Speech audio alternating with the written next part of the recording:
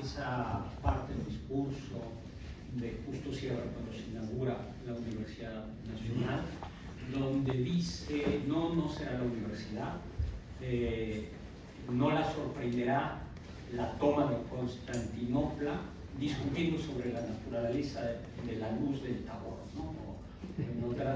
Y entonces yo lo que dije es: justo vamos a discutir la naturaleza de la luz del Tabor mientras los bárbaros están en Sinaloa, ¿no?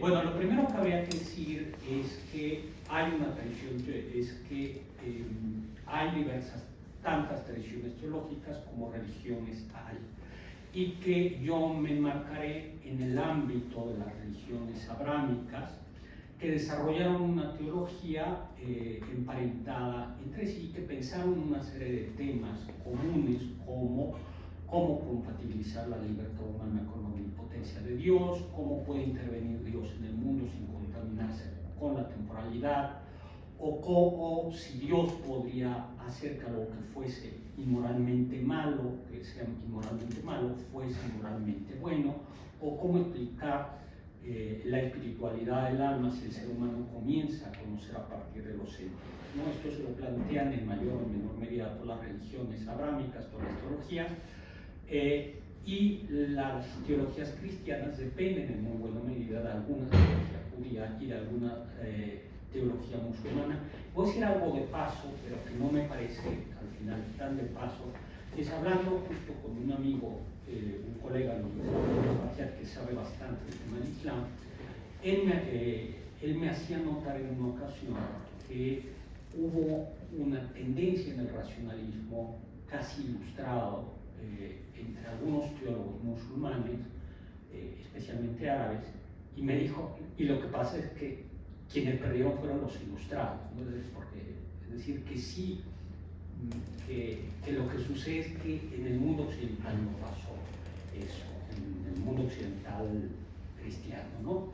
Además hay que decir que dentro de cada religión abrámica hay diversidad de ramas, católicos, ortodoxos, coptos, y que cada una de ellas tiene una opinión sobre el papel de la fe, y que dentro de esto me parece fundamental, ahora iré a explicar qué es teología, y que dentro de esas ramas hay una diversidad de teologías, ¿no? Es decir, que no es lo mismo la teología de Buenaventura que la teología de Henri de Louvain, que la teología de Tomás de Aquino, ¿no? Sin embargo, sí creo, y me voy a concentrar en la teología católica, escolástica, según Santo Tomás, sí habría que decir que hay una idea que es muy cercana a la que está hilvanando todas las teologías católicas. Es una vieja idea de Clemente de Alejandría, quien se pregunta, al ser de origen pagano, cuál es la relación entre fe y razón, y él terminará diciendo que la filosofía es una propedéutica para la fe y una apologética de la fe. Es decir, una vez que tienes fe, antes de tener fe, la filosofía te prepara, y una vez que has tenido fe, que tienes fe, te sirve para defender, al punto que llegará a decir que Dios le dio a los judíos la Biblia y a los griegos la filosofía. Ahora, el punto que a mí me interesa es, vayamos al siglo XIII. En el siglo XIII aparece algo que quizá nosotros no nos demos cuenta lo relevante que fue, pero llegan o reaparecen en Occidente los analíticos, primero los analíticos, segundos la física y la metafísica de Aristóteles. Especialmente importante los analíticos primeros, porque es la teología del silogismo, o el silogismo que sigue siendo válida, es decir, podrá ser poco económica, etcétera, etcétera, pero el silogismo es una forma, es válido. Y los analíticos segundos, que son una teoría muy específica, son, yo creo que la primera teoría de la ciencia que hay. Y luego la física y la metafísica como intentos de construir una ciencia siguiendo el modelo de los analíticos segundos. Y esto va a ser clave, porque va a plantear la primera reacción, hay que decirlo, en la Universidad de París es: vamos a prohibirlo, pero muy pronto no se puede, y entonces lo que comenzarán a hacer algunos teólogos, este es el caso de Tomás, es decir, vamos a tratar de hacer de la teología una ciencia que siga el modelo de los analíticos Un par de ideas, una idea previa es Aristóteles distingue entre dos sentidos de ciencia, la ciencia como un hábito, como una habilidad, es decir, es lo que ciencia es lo que sabe hacer el científico, y por otro lado estaríamos, digamos, la ciencia como un sistema de creencias estructurados y justificados de alguna manera, ¿no? En esta ciencia aristotélica y tomista, porque Tomás comenta con muchísimo detenimiento los analíticos posteriores y lo utiliza recurrentemente, ¿cómo se justifica una proposición, ¿no? Es decir, ¿cómo sé yo que una proposición es universal y verdadera cuando es el caso? Por algunos casos de inducción / intuición, que es quizá una de las áreas mucho más, uno de los puntos más frágiles de la epistemología aristotélica. No hay una teoría de la inducción.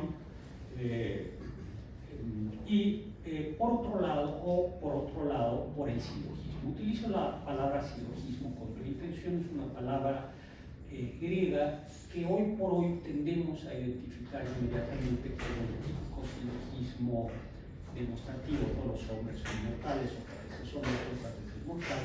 Sin embargo, Tomás, en su comentario a los analíticos, en el premio a su comentario a los analíticos posteriores, hoy por hoy algunos autores piensan, yo con ellos, que quizás silogismo tendría que ser traducido más bien como un tipo de argumento. Y yo creo que Tomás va por ahí, como argumento, ¿no?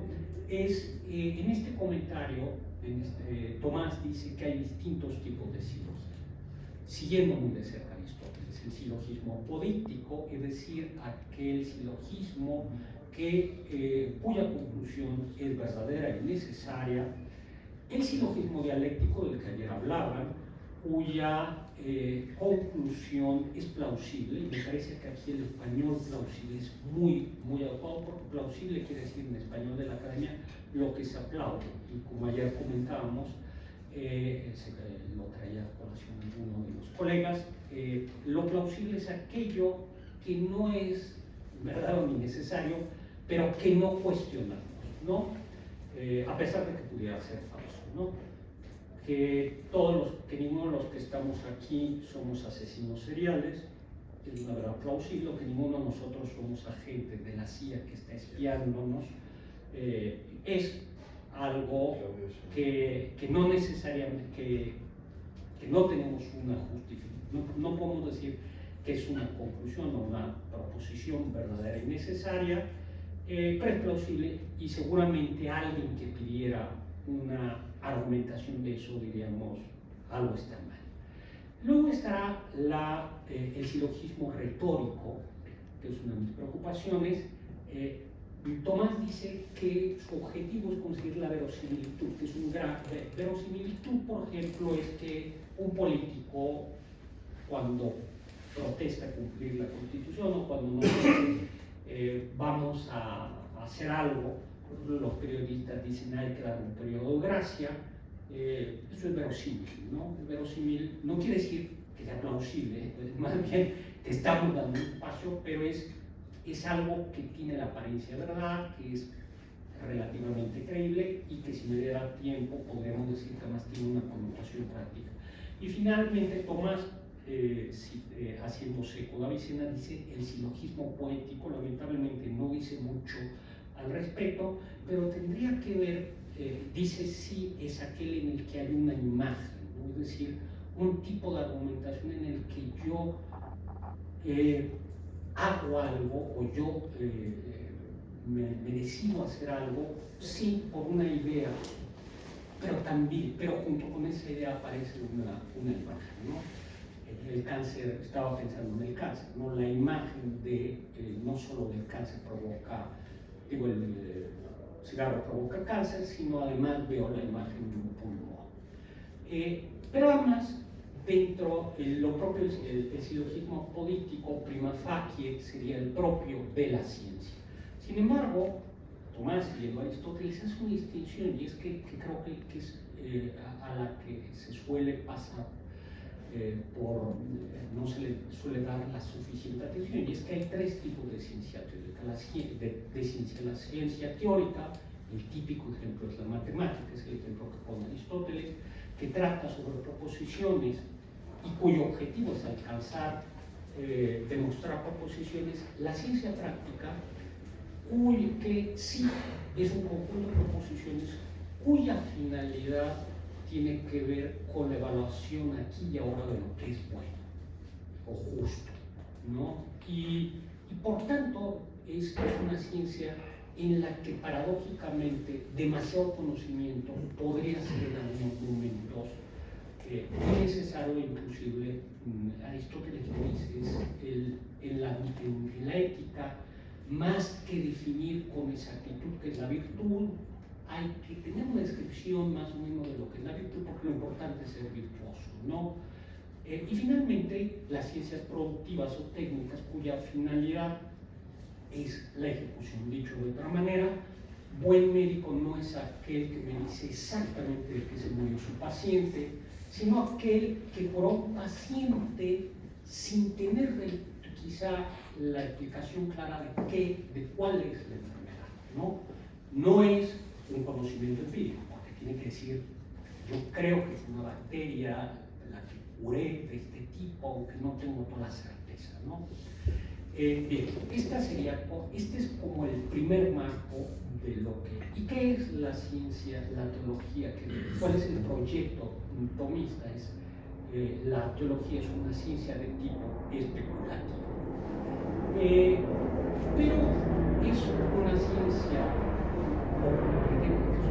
muy peculiar porque una de las premisas del razonamiento, del silogismo teológico, es una premisa que se alcanza por la fe. Y esto es muy interesante desde el punto de vista de la autocontención, porque si bien es cierto que alguna de las premisas del silogismo es una premisa completamente racional, la otra es accesible única y exclusivamente por la fe. Tomás advierte inmediatamente que la fe como fenómeno es un fenómeno en donde no se da por buena una proposición, se acepta una proposición no por su evidencia, no por la demostración, sino por la confianza que yo tengo en aquel que afirma aquella proposición. Por eso, en este acto de fe es creer en una proposición porque creo a alguien.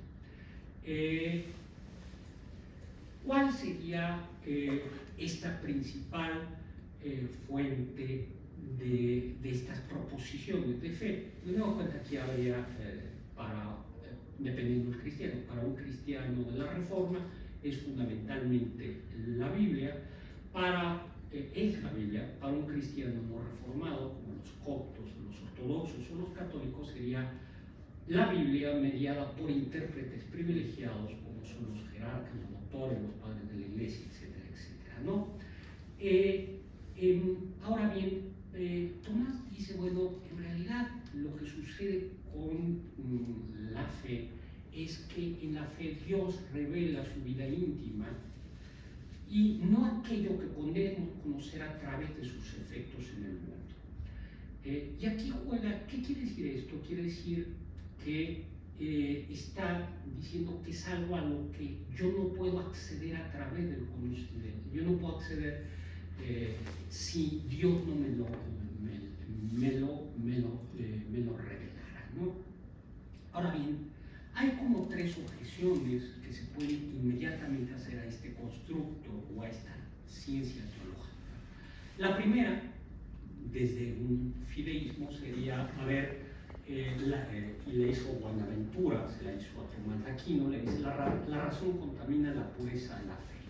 Es decir, si la fe descansa sobre todo en la confianza, cuando yo pido pruebas de alguna manera, estoy traicionando la confianza. Vamos a ponerlo en un ejemplo de fe humana, es decir, si yo confío en que mi pareja me es fiel y le digo, pero déjame ver tu celular, tu clave y acceder a todas tus cuentas sociales, quizá, redes sociales, quizá mi pareja tendría de fácil de pero no confías en mí porque me estás pidiendo fe. Y este es porque me estás pidiendo pruebas o argumentos que avalen esa confianza, ¿no? Entonces, esto es lo primero que Buenaventura le dice, esto que tú estás haciendo está contaminando la fe. La otra es, la plantean es, ahora bueno, sí, si las proposiciones de fe de las que parte la teología no son evidentes por sí mismas, ni por demostraciones,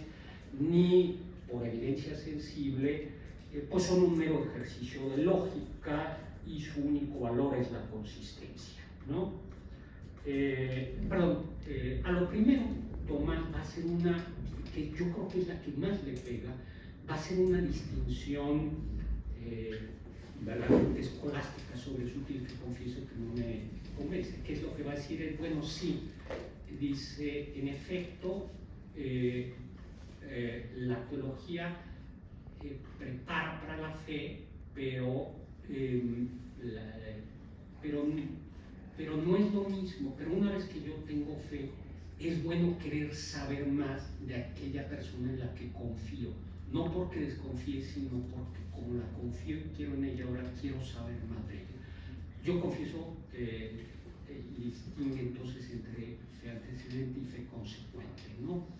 Que es una de las respuestas que me parece más frágiles. La otra, a lo que acabo de decir, el ejercicio de lógica, responde en realidad de una manera, dando la razón, diciendo, bueno, sí, en efecto, y por eso la ciencia, la teología no es una ciencia en el sentido tradicional, sino es una ciencia subalterna a la ciencia de Dios.